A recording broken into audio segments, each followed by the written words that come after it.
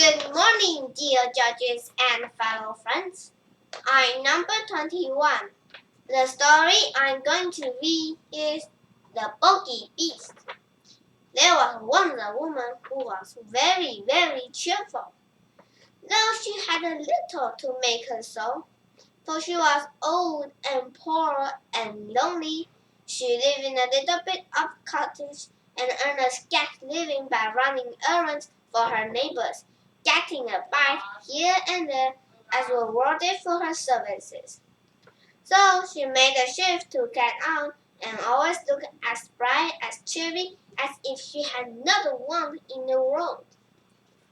One summer evening, as she was trotting full of smiles as ever along the high road to her hovel, what should she see but a big bad pot lying in a ditch? "Goodness me!" she cried. "That would be the just very thing for me if I only had something to put in it. But I haven't. Now, who could have left it in the ditch?" And she looked about her expecting the owner would not be far off, but she could see nobody. "Maybe there's a hole in it," she went on, "and that's why it has been cast away. But it would do fine to put a flower in for my window, so I'll just take it home with me." And with that, she lifted the lid and looked inside.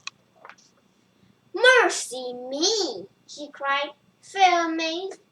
"If it isn't full of gold pieces, here's luck." And so it was, brimful of great gold coins, while at first she simply stood stock still, wondering if she was standing on her head or her heels. Then she began saying, "Lux, but I do feel rich. I feel awfully rich." After she had said it many times, she began to wonder how she was to get her treasure home. It was too heavy for her to carry, and she could see no better way than to tie the end of her shell to it and drag it behind her like a go-kart. It would soon be dark, she said to herself as she trotted along. So much the better.